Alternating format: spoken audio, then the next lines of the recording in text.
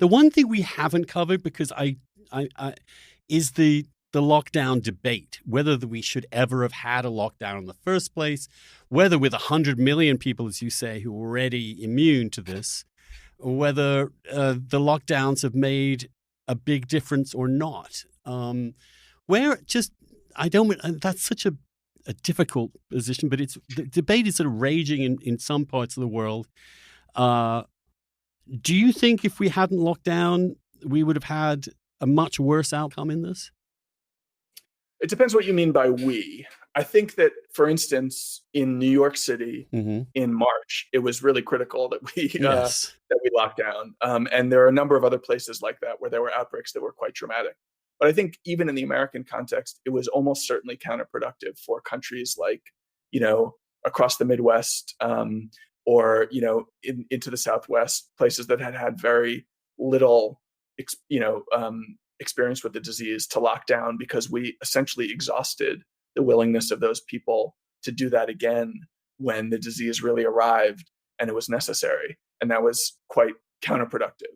I think in general, lockdowns can be quite effective if they are coupled with a public effort to stand up the kind of health infrastructure that is necessary to then allow us to leave lockdown. That is to say, large-scale testing, support for quarantining, really elaborate contact tracing. These are not things that, they're not mysteries. We know exactly what works. We just need a lot of public effort put into it for them to be workable. Instead, we've had this sort of stop-start, awful, agonizing, endless slowdown of everything, which of course has we've endured the pain without actually making anything out of it.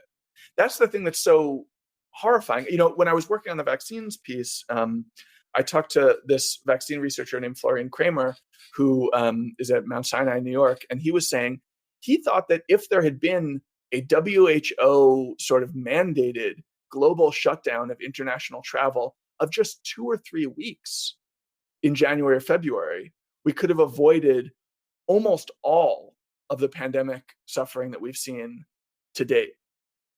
So there is a way in which taking faster and more intrusive action now is more effective because it allows us to leave behind those measures more quickly.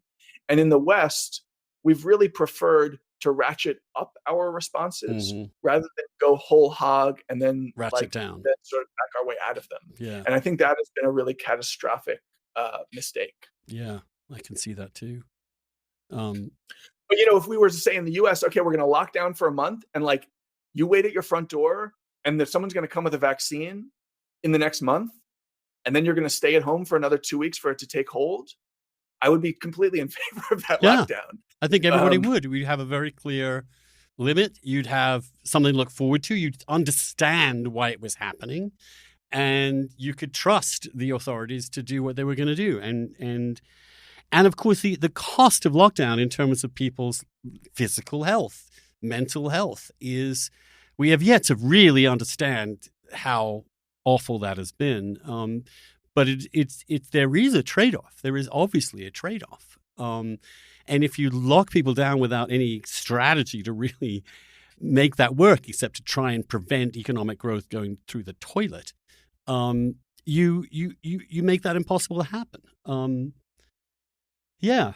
And even the economic trade-offs are if we had really spent a fraction of what we ended up spending on COVID stimulus and support to build out a mass testing program last winter, we would have saved ourselves a ton of money, in addition to boosting the economy dramatically and saving ourselves all of the mental and psychological suffering that you're talking about. I mean, in addition to a lot of time, there will be not just long COVID but long lockdown syndrome, which in the sense that people's mental health has obviously deteriorated. And the educational setbacks for educational disadvantaged kids, extraordinary blow to kids, a whole generation of kids, and then we have the effect on addiction levels, which is also, it set back the opioid situation pretty badly too, which is also taking untold numbers of lives.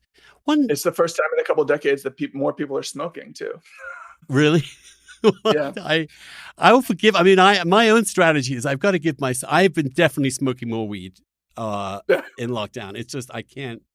It just takes the edge off this ordeal. That and Netflix and HBO Max and all that stuff. It's a paradox, isn't it, that we've been given this sort of endless holiday in a way. I mean, many of us are working still. I mean, we're doing what we're doing right now, and but there's a lot of people with little to do, and I found it weird that the more time you have, the less you do. It's just so it sort of paralyzes you. It kind of it's numbing after a while, and then you have this syndrome where I'm constantly telling myself, why didn't you use the opportunity to write that book? Why did you not use the opportunity to do that and that? And of course, most of us have failed dramatically in that. One last Well, I thought. think it's a little bit of a compressed model of the modern experience in general, in which we've grown so atomized, and have taught ourselves that to be effective and happy and productive people means just like really working while we're alone. And I think we've forgotten a lot of the empowering, social comforting features of casual interactions with the Mm, broader world. mm, And it's what worries me maybe most of all is that we're going to be pulled forward by this pandemic into something like a kind of Wall-E future where, a few months ago, I would have told you, as we were saying that earlier, that this was like a plague year to be followed perhaps by a roaring 20s. But I worry the longer that it drags on, that we're just becoming more and more, sort of, we're just growing more accustomed to living in our bubbles, watching our Netflixes and our HBO Maxes, and thinking that our social lives are on our phones exclusively. yeah. And I think that would be really quite damaging going forward.